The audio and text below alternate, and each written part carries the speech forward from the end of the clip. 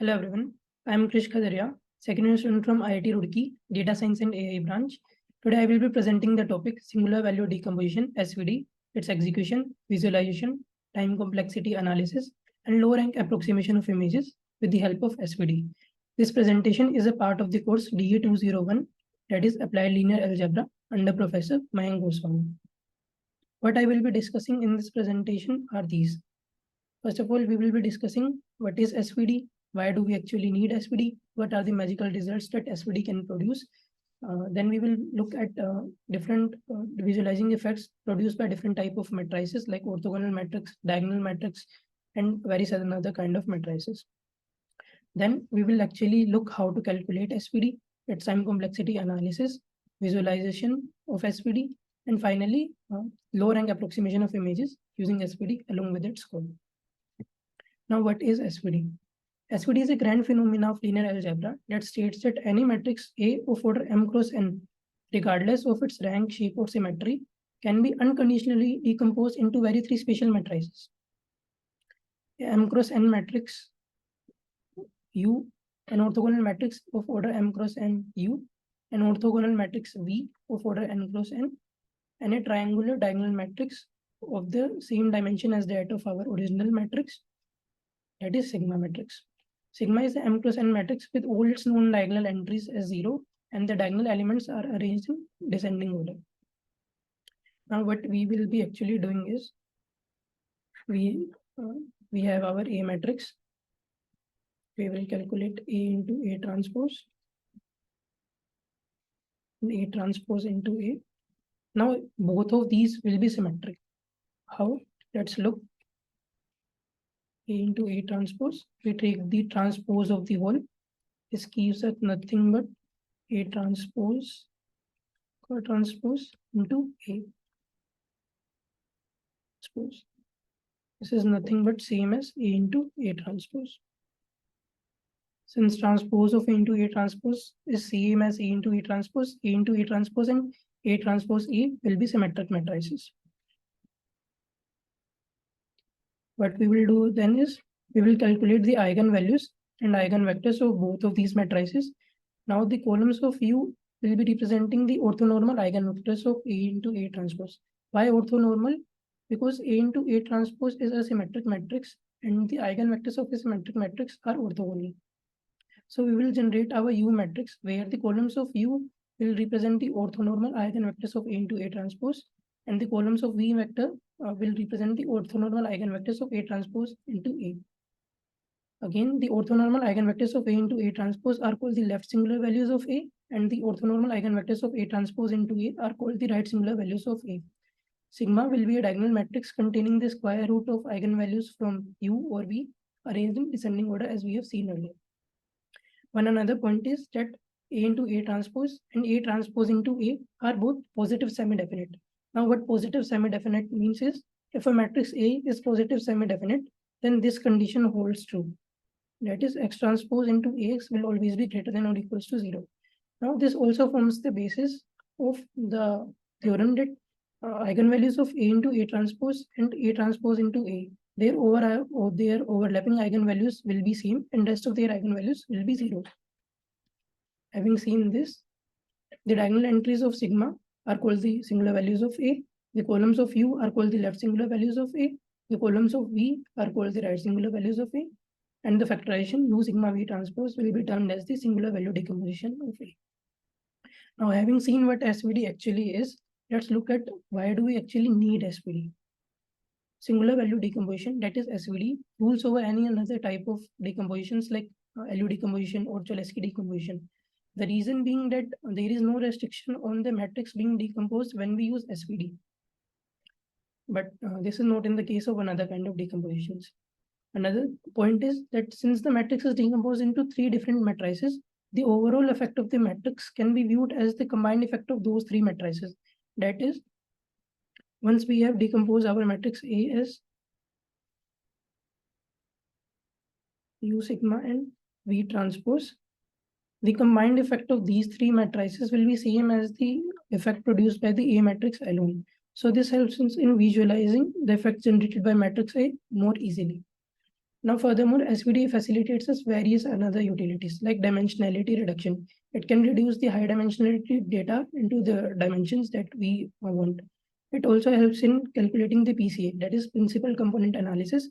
With the help of SVD, we can calculate the principal components in our data. Another utility is data compression. With the help of SVD, we can compress our data, lower and approximate our images that save both the storage and speeds up our computations.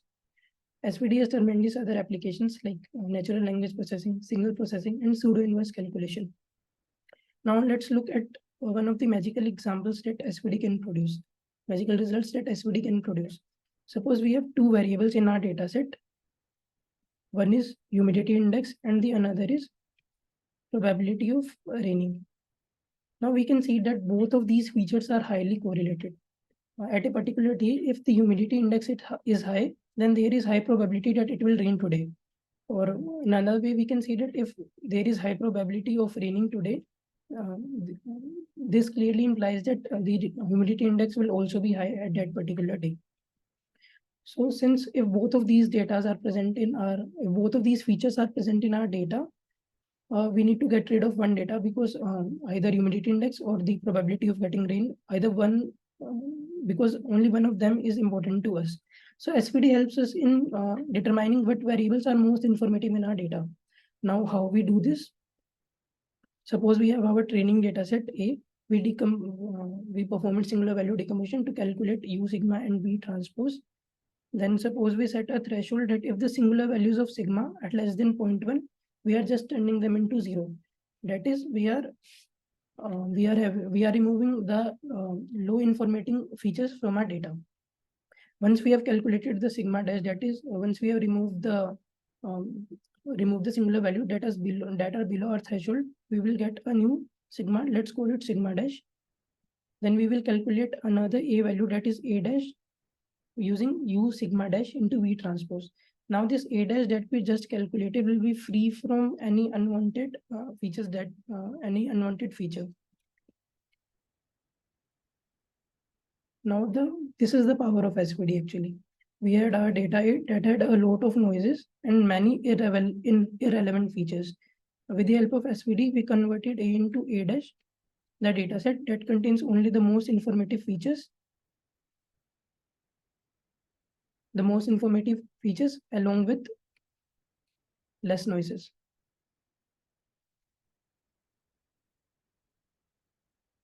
So actually this is the power of SVD. Now before jumping directly into how do we carry about SVD, how do we do SVD, let's look at the various effects that can be produced by various type of matrices. For example, effect produced by a diagonal and an orthogonal matrix. A diagonal matrix stretches each axis differently. So the effect of diagonal matrix is stretching the axis. And the sole effect of an orthogonal matrix is rotation. That is, orthogonal matrix rotates. It's bring about the rotation effect. Let's look at the dimension eraser. Suppose any matrix A of order m cross n has the ability to reduce a vector in Rn to a vector in Rm. That is, any matrix A of order m cross n has the power to transform a vector in n dimensions to a vector in n dimensions to a vector in m dimensions. Let's look at what dimension eraser matrix actually is. Now this is a dimension reduction matrix of order 2 cross 3. It will take away the third dimension. For example, look, this was a vector in 3 dimensions. We apply a dimension eraser on it and it simply just takes away the third dimension. It took away third dimension in both of 3 examples. Similarly, there is a dimension adder which brings about a new dimension in our data set. Look, this is a dimension adder. This was a vector in R2 and this matrix just converted into a vector in R3. Now let's look at what a composition matrix actually is. Now, a composition matrix is a combination of a dimension adder or dimension eraser along with the diagonal matrix. For example, suppose this is our composition matrix. It will be a combination of a diagonal matrix and either a dimension adder or a dimension eraser. Let's look from the example. The C matrix is a combination matrix that is a combination of dimension eraser and dimension and a diagonal matrix. Now look at the effect. Dimension eraser took away the dimension. Diagonal matrix stretches each axis differently, and A matrix that was a combination of both of these two matrices will carry out the same effect on its own. Like see, both of these, the combined effect of these two matrices was produced by these matrix alone. So such type of matrix is known as the composition matrix. Okay, now we are well capable of understanding how to calculate SVD and seeing all the visualization that what effects different type of matrices produce. It will be easier for us to visualize the effects of SVD. Now let's see how to calculate SVD. We will be having a matrix A for the M cross N. The first step is we will compute A into A transpose and A transpose into A. Then we will calculate the eigenvalues and eigenvectors corresponding to A into A transpose and A transpose into A. Okay, the eigenvectors corresponding to A into A transpose are called the left singular eigenvectors, and the eigenvectors corresponding to A transpose into A are called right singular vectors, as we have seen earlier.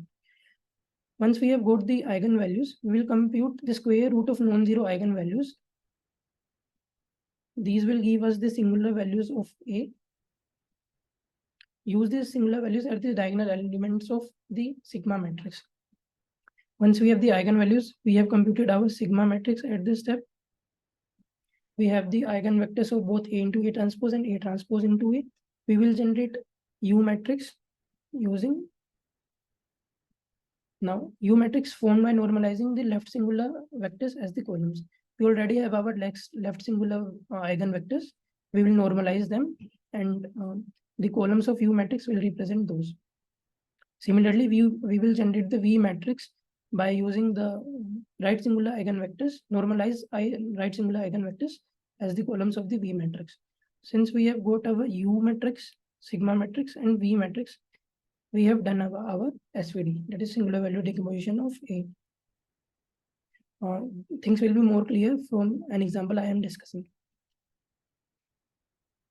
So this is our A matrix, and we have to carry about a singular value decomposition. What we will actually do is, we have our A matrix. We will calculate A into A transpose. For calculating the U matrix, we will calculate its eigenvalues and its eigenvectors. Now, since we have the eigenvalues of A into A transpose, we will take all the non-zero eigenvalues, square root them, and we will generate our sigma matrix like this. Maximum singular value, then the second lower singular value, then the third lower singular value if it would have been present, but not present in this case. Rest of the elements being 0. Then we will calculate A transpose into A, its eigenvectors. Once we have the eigenvectors of A into A transpose and A transpose into A, we will form U matrix. That is nothing but whose column represent the normalized eigenvectors of A into A transpose, and V matrix whose columns will represent the normalized eigenvalues of A transpose into A. Okay, this is what we will be doing. So let's see. This is our A matrix. We have calculated A into A transpose. This is A into A transpose. We have calculated the eigenvalues of A into A transpose, lambda 1 and lambda 2. We took their square root. We got our singular values as root 12 and root 10. We got our sigma matrix. Now we calculated the eigenvectors corresponding to lambda 1 and lambda 2, that is U1 and U2. We normalize U1 and U2 and use them as the columns of our U matrix. So far we have got our sigma matrix, our U matrix. Now we will calculate our V matrix. So calculation of V matrix is pretty simpler. We will calculate A transpose into A. This is A transpose into A. We find its eigenvalues and eigenvectors. Eigenvalues are these. We calculated the respective eigenvectors. Now we will normalize these eigenvectors and use them as the columns of our V matrix. Now we have a V matrix, V transpose matrix. Thus, we have performed singular value decomposition of our A matrix. That is, matrix A of order m cross n has been decomposed into an orthogonal matrix U of order m cross m, an orthogonal matrix V of order n cross n, and a sigma matrix of order m cross n. Now look at this matrix A. Just looking at A matrix, we have no idea that what effects it will produce on But when we look at A matrix in its decomposed form, that is when we look A as the combination of U sigma and V transpose matrices, we will have a far better visualization of what A will actually do. Look this V transpose matrix. Since V is an orthogonal matrix, we know that it will perform some kind of rotation effect. So what V transpose does is it aligns the right singular vectors. It aligns the right singular vectors along the standard basis. Okay. Then our sigma matrix is a composition matrix. We can see it is a combination of a dimension eraser and a diagonal matrix. So it will take away the third dimension and scale the rest of the dimensions with the corresponding vectors. And what U value will do is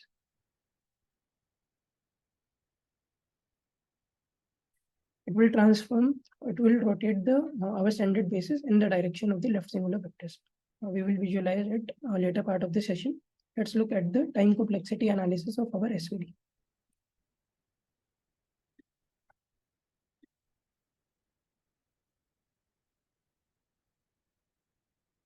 Now what I will be actually doing while calculating the time complexity of SVD is that I have a rough idea. We will calculate A. Now we have A matrix. We will calculate A transpose. Now we need to calculate either one of A into A transpose into A. We don't need to calculate both of these. We will calculate only one of them. We will calculate the eigenvalues and eigenvectors corresponding to any one of them. For example, we have calculated eigenvectors corresponding to these. Now, the eigenvectors corresponding to another matrix, that is A into A transpose, can be directly computed with the help of the formula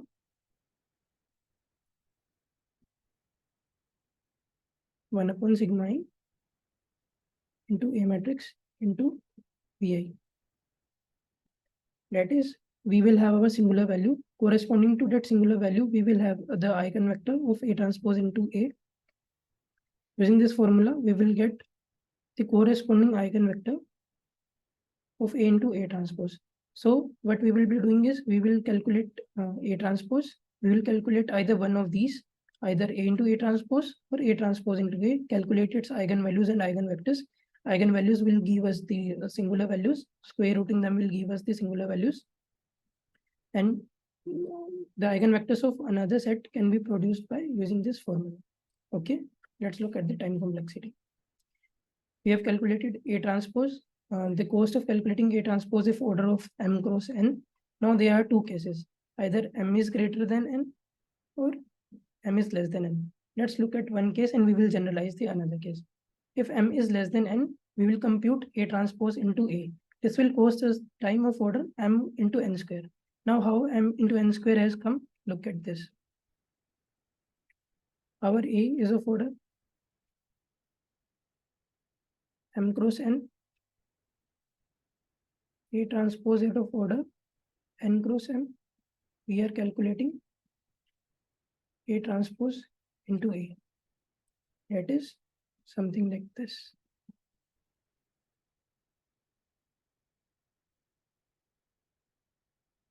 Since n is greater than m in this case, so these are m, these are m, and this will produce our A into A transpose into A matrix, that is of order n cross n. Now look. This row into this column will generate our first column. This row into second column will generate our second column, and further on. Now these calculating one particular element of n into n, that is calculating one particular element of A transpose A requires m number of operations. that is one element require m operations. We have n square number of elements. N square elements will require m into n square number of operations. That is m into n square number of operations. Okay. Once we have calculated A transpose into A, we will calculate the eigenvalues and eigenvectors of A transpose into A. This will cost us of time of order n cube. Okay. Now, once we have calculated the eigenvectors of A transpose into A, we need not calculate the eigenvectors of A into A transpose directly by computing A into A transpose, then its eigenvector. We will directly calculate the eigenvectors of A into A transpose using the eigenvectors of A transpose into A, using this formula that I discussed earlier.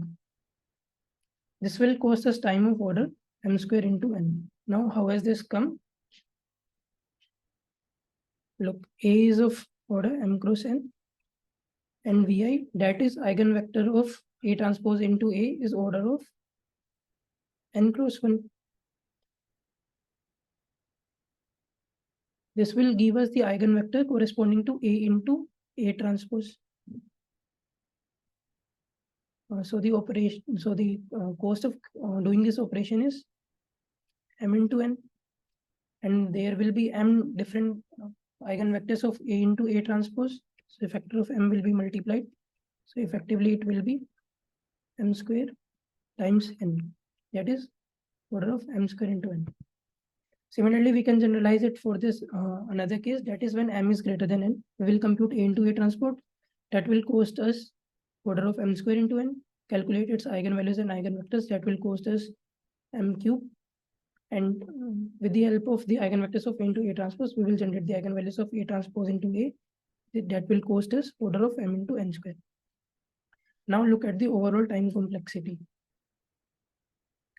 So let's see, when this was the first case, case 1, our time complexity was sum of these values. And in the case 2, our time complexity was sum of order of these values. Now, if m was greater than n, we went with case 1. If n was greater than m, we went with case 2. So our time complexity will be nothing but maximum of sum of case 1 values and sum of case 2 values. That is our time complexity will be order of maximum of this and this. Let me rewrite it.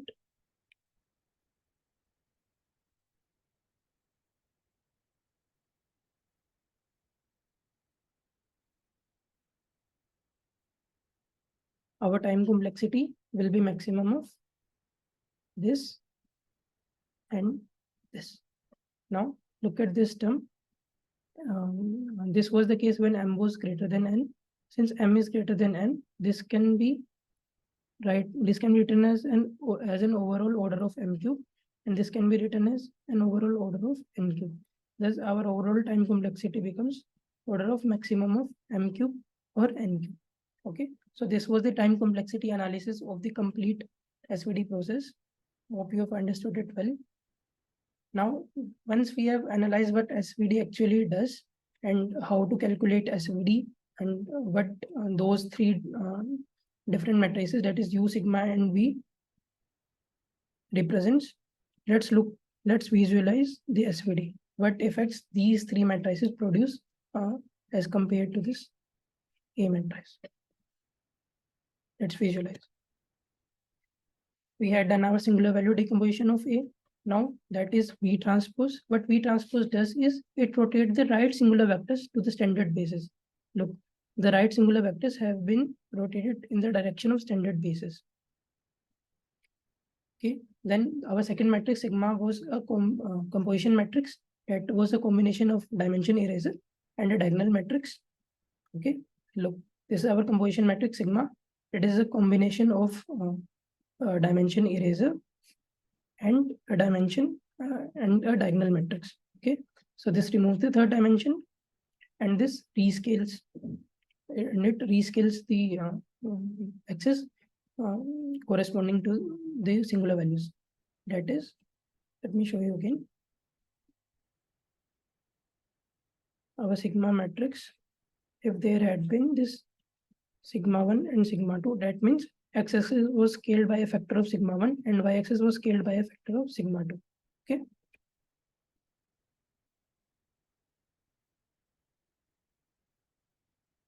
Now our U matrix. What U matrix does is it rotates the standard basis to left singular vectors. Now let's see how. So you will have to see the those processes again. Look, what our V transpose matrix does is it rotated the right singular vectors to the standard basis. Okay. This was our, we have seen our V transpose. We have seen what our sigma matrix does. This is our sigma matrix. Look what it does in the visualization. Dimension remover, remove the dimension. Diagonal matrix descales the axis. And finally, we will have our U matrix. Seeing the effects of sigma, let's see the effects of U matrix. U matrix rotates standard basis to left singular vectors. Okay. Now the combined effect of these three matrices is same as the effect produced by A matrix alone. You can see the A matrix alone produces the same effect as these three matrices combined. So it was far easier for us to understand what effects A would produce with the help of SVD. Okay. Now, one popular interpretation of SVD is to view a high rank matrix as a summation of rank 1 matrices. Suppose A is a high rank matrix. We did singular value decomposition, U, sigma, and V transpose. This equation can be rewritten as like this. Now, A matrix that was of high rank has been decomposed into, now we can write A matrix of very high rank as summation of rank 1 matrices. These all matrices are of rank 1.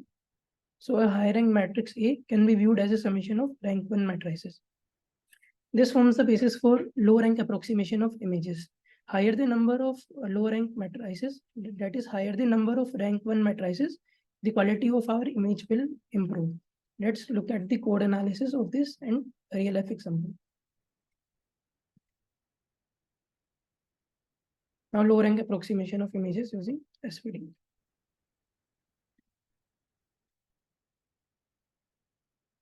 See, here K represents the number of rank 1 matrices.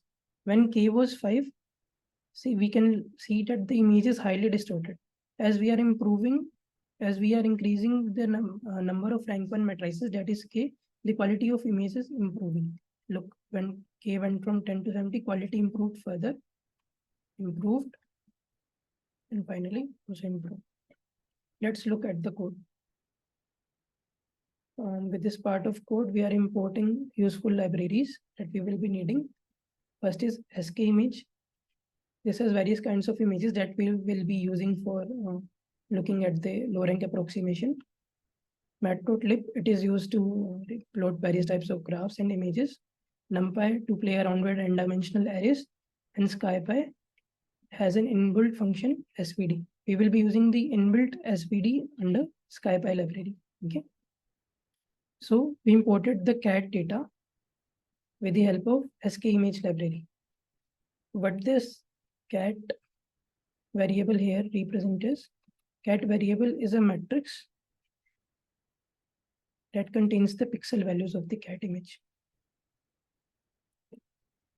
We converted this cat matrix into a matrix that represents the grayscale image of the cat image. Okay. Then we are computing the singular value decomposition of this grayscaled matrix. We have calculated our U, S, and V transpose. We diagonalize the S matrix. Since now SVD interprets that one of the, we have seen that one of the interpretation of SVD is to view a high rank matrix as a summation of low rank matrix. Okay. So what in this part of code, what we are doing is we are taking different values of rank 1 matrices, that is R. R is number of rank 1 matrices.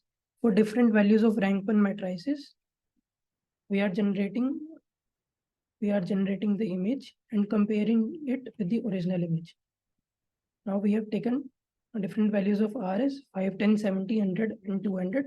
Now look, When the values of K is just 5, that is number of rank 1 matrices is too low, the image is highly distorted.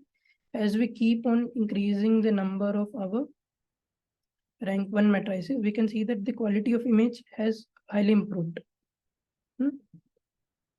Like if we look at this image and then we look at this image, the quality is significantly improved. So this is the power of SVD. You see, if we were given only this matrix, by just adding various number of rank 1 matrices, we can transform this matrix into, we can transform this image into this image.